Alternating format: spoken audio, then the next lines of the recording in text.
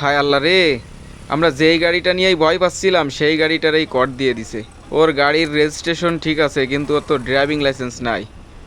এখন কি যে হবে, অনেক বড় ঝামেলা হয়ে গেল।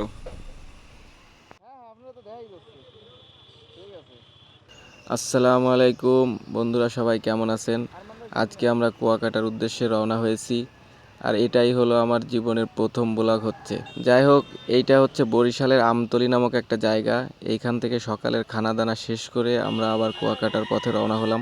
আমরা সেই ভোর 4টার সময় খুলনা থেকে রওনা দিয়েছিলাম, কিন্তু রাস্তায় এত পরিমাণ কুয়াশা ছিল যে 50 হাত দূরে কী আছে কিছুই দেখা যাচ্ছিল না। এই জন্য আমরা খুব সতর্কভাবে গাড়ি চালায় আসছি, যাতে কোনো রকম দুর্ঘটনার শিকার না হতে হয়। আল্লাহর রহমতে এখনও পর্যন্ত কোনো রকম কোনো সমস্যা হয়নি। আমরা 4টা গাড়িতে মোট 8জন যাচ্ছি, তার ভিতর 2জন নারী আছে আর 6জন পুরুষ। এই জন্য আরও বেশি সতর্ক থাকা লাগতেছে।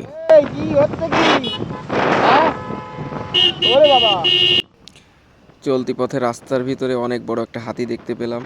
আর বরিশালের পরিবেশ সম্পর্কে বলার কিছু নাই, দেখেন কি সুন্দর ভিউ, আসলে মনোমুগ্ধকর। অনেক সুন্দর লাগতেছিল, অনেক এনজয় করতেছিলাম, কিন্তু এই এনজয়টা বেশিক্ষণ থাকলো না। হঠাৎ করে সামনে মামুরা সিগন্যাল দিয়ে দিল, আর বাধ্যতামূলক দাঁড়ায় যেতে হলো। অবশ্য আমার গাড়ির কাগজপত্র সব ঠিক আছে, কিন্তু আর বাকিগুলার একটা ঠিক থাকলে আর একটা ঠিক নাই, এরকম একটা অবস্থা। এই যে আমার সামনে যে গাড়িটা, ওইটার ড্রাইভিং লাইসেন্স আছে কিন্তু গাড়ির লাইসেন্স কমপ্লিট নাই। অনেক সময় ড্রাইভিং লাইসেন্স ঠিক থাকলে গাড়ির রেজিস্ট্রেশনে যদি হালকা পাতলা ঝামেলা থাকে তাও ছেড়ে দেয়। আমি ভয় পাচ্ছি আমাদের পিছনে আর একটা গাড়ি আছে, ওই গাড়িটার লাইসেন্স ঠিক আছে কিন্তু তার ড্রাইভিং লাইসেন্স নাই। এই যে দেখেন, বলতে বলতেই মাল কট খেয়ে গেছে। আসলে আমরা এত রাস্তা আসছি, কোথাও কোনো সমস্যা হয় নাই, কিন্তু এই কাছাকাছি এসেই এইখানে সিগন্যাল দিয়ে দিল। আর দিলে কি করার, দাঁড়ায় তো যেতেই হবে। এখন কাগজপত্র না থাকলে সেটা তো আসলে আমাদের সমস্যা, তারা তো চেক করবেই, তাই না? আমার কাগজপত্র সব দেখাচ্ছি, তারা দেখে বলল যে সব ওকে আছে। তারপর আমাকে বলল যে আচ্ছা ঠিক আছে, আপনি যেতে পারেন। এখন আমি তো গেলে হবে না, কারণ ওরা সব হচ্ছে নতুন, ওরা পুলিশ দেখেই মনে করেন যে ওদের হাঁটু কাঁপাকাঁপি শুরু হয়ে গেছে। এখন দেখি কোনো একটা ব্যবস্থা তো করতেই হবে।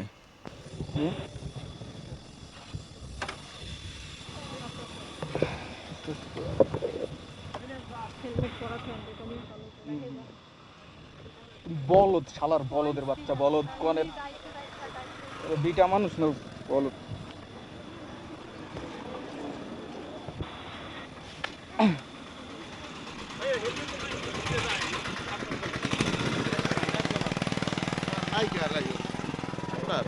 হ্যাঁ, মূলত হচ্ছে গাড়িটা ওরে 3 দিন আগে কিনে দিছে, ঠিক আছে? কোনটা গাড়ি? ওই যে ওইটা সেকেন্ড হ্যান্ড, হ্যাঁ হ্যাঁ, সেকেন্ড হ্যান্ড কিনে দিছি। এখন আমরা মূলত আসার কোনো নিয়ত ছিল না, তারপরেও আমরা ওই আর কি রোজা চলে আসতেছে, তাই ভাবলাম যে তাইলে একটা যাওয়ার ঘুরে পথে আসি কিনা। যখন যাবেন ঘুরে ফিরে যাওয়ার পথে এটা সমাধান করে নিয়ে যেতে পারবেন। এতে মানে পথেই বাজে আমতলী চৌরাস্তায় হলো আমাদের চৌরাস্তার পরই অফিস, ওখানে গিয়ে এটা সমাধান করতে পারবেন, সমস্যা নাই। এটা না ড্রাইভিং লাইসেন্স না থাকলে ড্রাইভিং লাইসেন্সের জন্য না, ওইটা করতে দিছে, কিন্তু লার্নার আছে, ওটাতে তো কাজ হবে না। লার্নার দিছে কিন্তু লার্নার তো আনেই নাই, লার্নারে কোনো কাজ হবে না। হ্যাঁ হ্যাঁ, তো দাঁড়ান আগে। আচ্ছা, মানুষ সবাই আমরা খুলনা থেকে আসি। ওঠো ওঠো। হ্যাঁ, আলহামদুলিল্লাহ, আল্লাহর অশেষ মেহেরবানিতে আমরা এই বিপদ থেকে মুক্ত হলাম। পুলিশ ভাইটি অনেক মানবিক এবং খুবই ভালো মনের মানুষ। আসলে পৃথিবীতে সব মানুষ সমান হয় না। তিনি চাইলেই পারতেন বড় একটা জরিমানা করতে, কিন্তু সেটা না করে তিনি একটা সুযোগ দিলেন। আর কোনো টোল আছে? ও, এখন সোজা ডাইরেক্ট সাগর। আমাদের দেশটি হচ্ছে নদীমাতৃক দেশ, আর এই জন্য 220 কিলোমিটার রাস্তা পার হতে 8-10 জায়গায় ব্রিজের টোল দেওয়া লাগছে। যাই হোক, আমরা ট্যুরিস্ট এলাকায় পৌঁছে গেছি। এই যে সাইনবোর্ডগুলো দেখতে পাচ্ছেন, যে ট্যুরিস্টদেরকে স্বাগতম জানানো হচ্ছে। সবার মনটা খুশি খুশি লাগছে, কখন বিচে গিয়ে নামবে।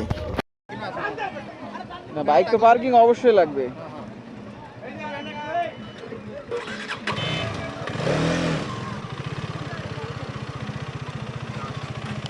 সবচেয়ে ভালো মানের রুম আমরা সিঙ্গেল কাপল ডবল সব আছে দেখেন ডবল সিঙ্গেল সবগুলো আচ্ছা বুঝতে পারছি। এখন কত করে নেবেন? আসেন রুমগুলো দেখেন। বিচের কাছে যাওয়ার পর এরকম ধরনের কিছু লোক দেখতে পাবেন যারা আপনাকে বিভিন্ন রকম হোটেল নেওয়ার জন্য অফার করবে। এরা হচ্ছে মূলত দালাল। তাতে কোনো সমস্যা নাই, আপনি কেমন ধরনের হোটেলে থাকতে চান বা বিচের আশপাশে থাকতে চান কিনা বা দূরে থাকতে চান কিনা সেগুলো এদের কাছে খুলে বললে এরাই আপনাকে সেরকম ধরনের হোটেল নিয়ে দেখাবে। 2-3টা হোটেল ঘুরে আগে দেখবেন, তারপর হচ্ছে দাম দর করবেন, তাহলে ভালো হবে। শোনেন শোনেন, আমরা বলি আপনার রুম ঠিক আছে দেখবো, যদি দাম দরে হয় অবশ্যই যাব। এখন এমনি শোনেন ভাই, আপনিও বাংলা বোঝেন, আমিও বাংলা বুঝি, কথা খাস বাংলা কথা আছে। এখন টুরিস্ট সেরকম নাই, আপনার রুম ম্যাক্সিমাম সব হোটেলেই ফাঁকা। এখন হচ্ছে রেট কম। এখন কথা হচ্ছে আমরা ওই রেটে আমরা নিতে পারবো না। আপনারা প্রাইস কিরকম নেবেন আগে দেখে আসেন, যদি পছন্দ না হয় চলে আসেন। কত দূর কত দূর? কাছে কাছে হ্যাঁ একদম পাশে একটা আছে, এখানে একটা আছে আর একটা সাইডে একটা আছে। না না, আমাদের কাছাকাছি লাগবে। কাছের এটা দেখেন তাহলে। চলেন। হ্যাঁ হ্যাঁ, কাছাকাছি থাকলে যাবো না।